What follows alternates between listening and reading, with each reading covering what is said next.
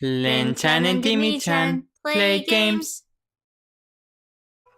Hello and welcome back, everyone. Welcome back. What are you enjoying right now?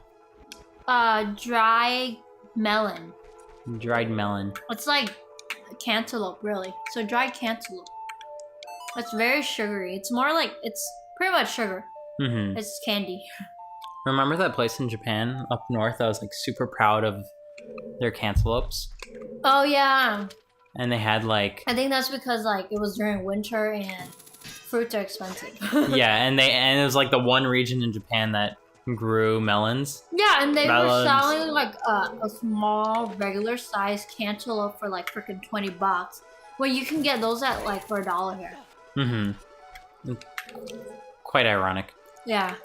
Can I reach that? I want to get to that side, but I don't know how to get to that side. Well, Story of my life. What were we on the advertising? Oh, so how advertisers measure their performance of their ads on television. And how they know whether they're making a profit or not. Yeah, so basically, when you want to put an ad on television, you have several things to weigh. You want to know how many viewers you're gonna get out of it, right? Mm-hmm. Because you don't want to be spending hundreds of thousands of dollars when you're not gonna make anything out of that hundreds of thousands of dollars because only 10 people watch C-SPAN, right? So the way this has traditionally been done is through something called ratings, something our president is very fond of. For instance, it's always getting the best ratings. Oh, you mean President Bannon? Yeah, President Bannon. What this means, basically, when you have good ratings, is that lots of people are watching your show. But how do you know how many people are watching your show? On YouTube, it's easy because you get like views and analytics, and they're recording your every movement. They know what you watch afterwards. You know, like what you're interested in, which is why once you watch one flaming hot knife video, that's all you're gonna see afterwards, is because YouTube is like, oh, I heard they like watching flaming hot knife videos. Let me show them more of those, you know? But how does that work with television? Because supposedly they're not recording your every move and step, and you're just flipping through channels. Or are they? Well, we'll get into that afterwards. But basically, when you're watching like over an antenna, there's no way of knowing what show you're watching. You're picking up airwaves, literally, you know? So it's very limited what an advertiser can know about you as a viewer of a TV show. So what's been kind of invented for that purpose is something called ratings. So these are the Neilson ratings, specifically. I think Neilson. Let me get the right word.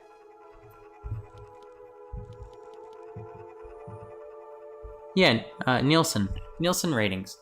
So what they did, basically, both in the past and in more modern times, is actually employ people to tell them what they're watching. So they employ, 50,000 households. I think it's like 0.05% of all TV households that they record nowadays. So it's like really nothing compared to all the TV that people watch. But they employ those households to tell them what they're watching. And based on that, they extrapolate and say that, oh, so if you're watching these shows, those shows must be really popular amongst the hundreds of millions of people watching TV at this very moment. Therefore, there are hundreds of millions of people watching the show, and it's very popular, and the other show that's on at the same time is not, you know? Mm-hmm. So these Nielsen people basically decide what channels are popular and what channels are not, and essentially what shows get popular and which ones Based on don't. a very small experiment that they did with a very small margin. Not experiment, but like a statistical group.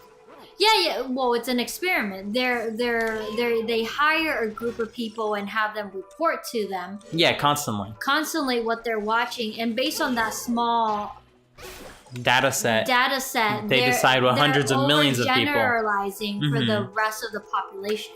Yeah. So if a show is unlucky, for instance, then it's not going to get any recognition in a way. you know. I'm trying to figure out where to go. So what ends up happening is on television, shows end up getting canceled when they don't have good ratings, despite the fact that they might have a good followership, you know? So this is like an all arbitrary. Yeah, it's very arbitrary.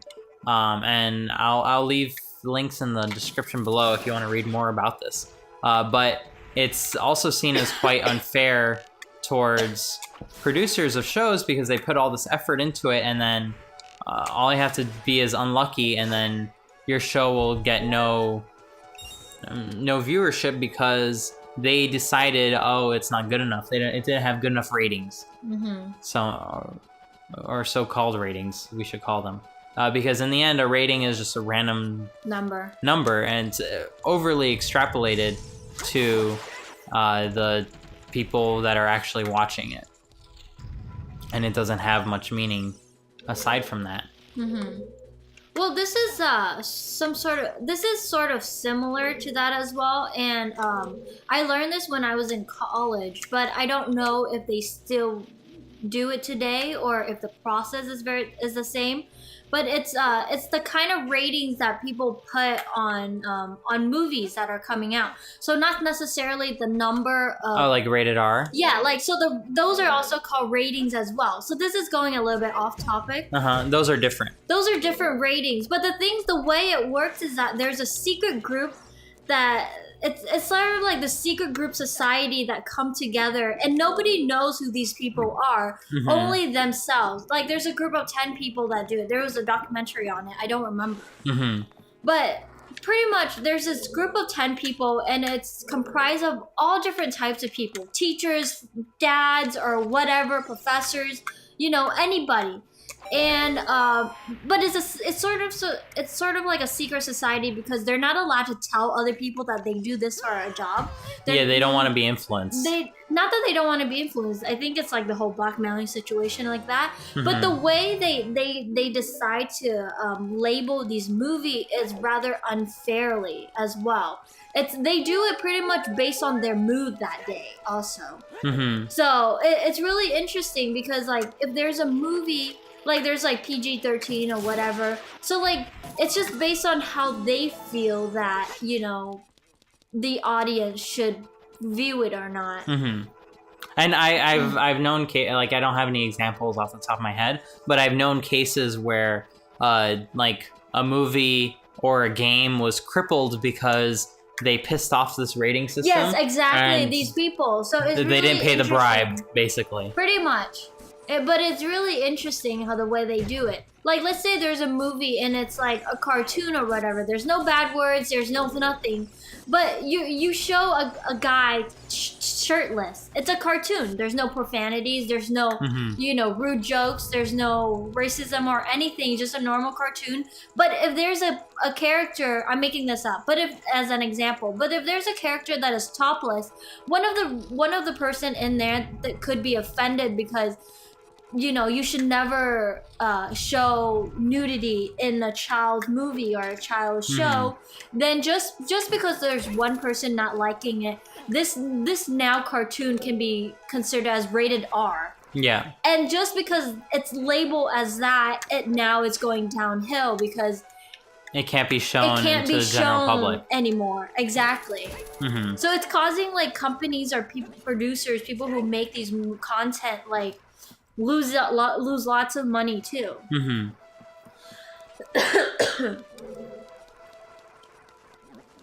Yeah, the whole rating system, it's kind of like ignored largely in this new internet day and age. Like, it has good intentions, don't get me wrong. Yeah, like, the whole point of it is to prevent kids from accidentally... Yes, to act as a guide for parents to know whether they should allow their children to watch this kind of show or not. But the sort of the guideline that they use to judge these videos, it's solely based on their own opinions and sometimes stubbornness. And it's not necessarily representative of... the what entire population. Yeah, so that's the part that's unfair about it. Yeah.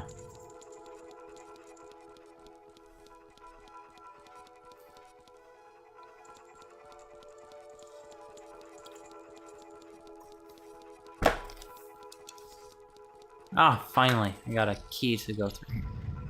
And... oh, watch for the shadows. Oh, it's your chance. No, I don't have my glasses on. Hold on. Watch for the shadow of the monster that hang from ceiling. Navi, like, can you give me a banh mi or something? I'm hungry. Like, you sound like you know how to make a good one. Oh, you're being racist. Very. But anyway, going back to the rating, like you mentioned something to me really, like before, and I didn't know about it, and it's related to how people know whether their show is being watched or not. You mentioned something about Vizio. Oh yeah, being sued for that. So if you don't know, this is not Sony Vizio laptops. This is Vizio, the company that makes affordable TVs. So basically, they have... So the TV company, not the Sony laptop company. Yeah, the TV company.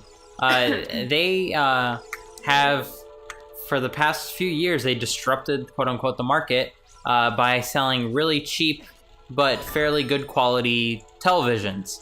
And they kind of got an entryway. So you might be wondering, how come they were able to sell TVs for so cheap? Right? So one way is like investing in infrastructure to be able to do that. Another way is selling customer information for profit, or not for profit, but to offset the costs. You know. What do you mean selling customer information? So, for instance, going back to the ratings. Most people don't have a way of knowing if you're watching the content or not. Right. Like, unless it's on the internet, you don't really have a way of knowing if you're watching the content or not that's on TV. Therefore, advertisers don't know if they're paying the right price for that content. Yeah. So, what Vizio was doing was they were taking, every time you'd watch TV on one of their televisions, they'd take a small region of the screen and send it to their servers on their like internet connected TVs, and they'd basically figure out what you were watching based on those few pixels. Interesting. And from that, they would go and I'm missing something in here. From that, they would go and pretty much sell that information to advertisers and brand marketing, quote unquote, to offset the cost of their televisions. And like, some people might be saying this is a scumbag move, blah blah blah, and they were recently sued by the FCC, Federal something Commission. I think it's FCC. Yeah. Federal Communications Commission. I don't know. Lynn's looking it up. Federal Communications Commission. Oh, I got it. Because they were not telling their customers about this. That they were spying on them? Yeah, that they were spying on them. And to be clear, they're not like spying on you. They're spying on what you're watching. And if you're surprised by that in this day and age, then I hate to tell you. Welcome to Google World. Yeah, welcome to Google World, which we'll get to momentarily. But basically... and something else that they were doing, which was not well received in a way, is that they were recording you and what you were doing on top of what you were watching. So they had a way of like following it. How are they recording you? It's just a TV. It's not like it's a yeah. So they're not recording you, but they were kind of remembering. Oh, this is the door I came through. So they're remembering what sort of channel that it's going through your TV server in a way? Yeah. So, they're remembering everything you watch and tracking it. So it's not just like what's being watched, but what you specifically are watching, so they can tie it in. Like, if you watch something with Barbies in it, then you obviously like Barbies, for instance. So then they show you you like Barbies, and you like watching T-Rex, and you like doing this and that. So it's that whole combination. Yeah. That makes sense? Yeah. And that's what they were being specifically sued for. That said, they did get sued, and they are now being forced to notify the user and allowing them to opt out of that, which is good for everyone. But I think I needed that thing on there. I am so lost. How am I stuck in here? Oh, that's free. Cool.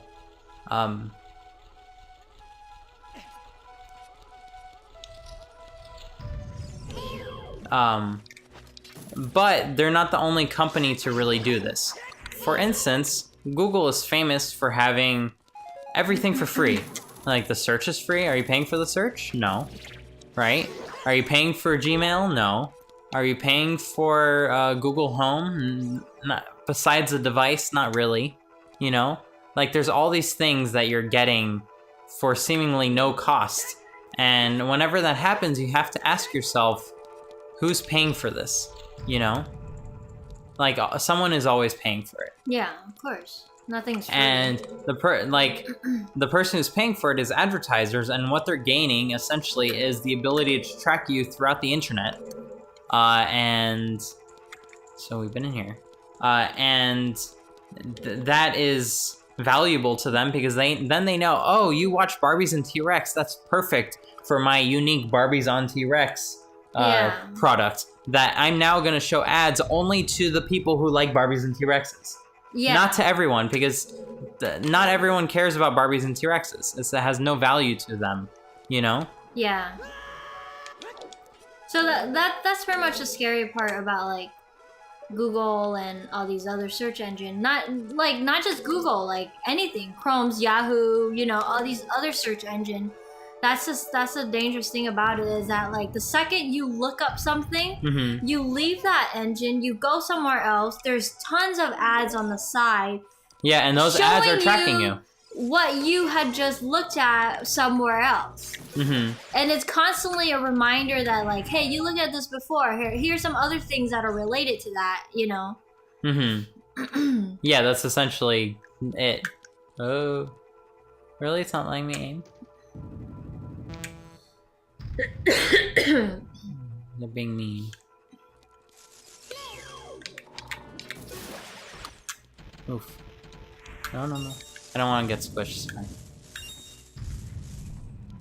So, yeah, so it's not just Google doing this. Like, Facebook does it, Twitter does it. Twitter knows a lot about you because they know everything that you like to do. They know everything that you are interested in because you give that information voluntarily. You know? Same thing with Facebook. There's all these people who, like, constantly post their entire life on there. And also there's this thing where, like, even if you don't, like, if you're not aware of it and, like, make sure that your notification or whatever, like, the setting is set correctly, like, no matter where you are, they can track what you're doing.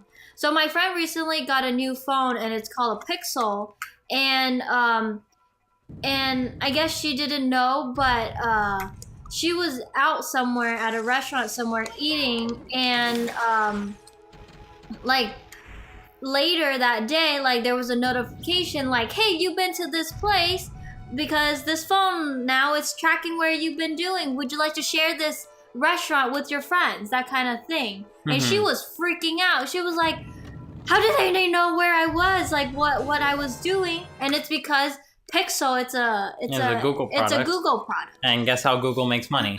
Not through you paying for Gmail. Yeah. And this is kind of why there's been such, like, a push for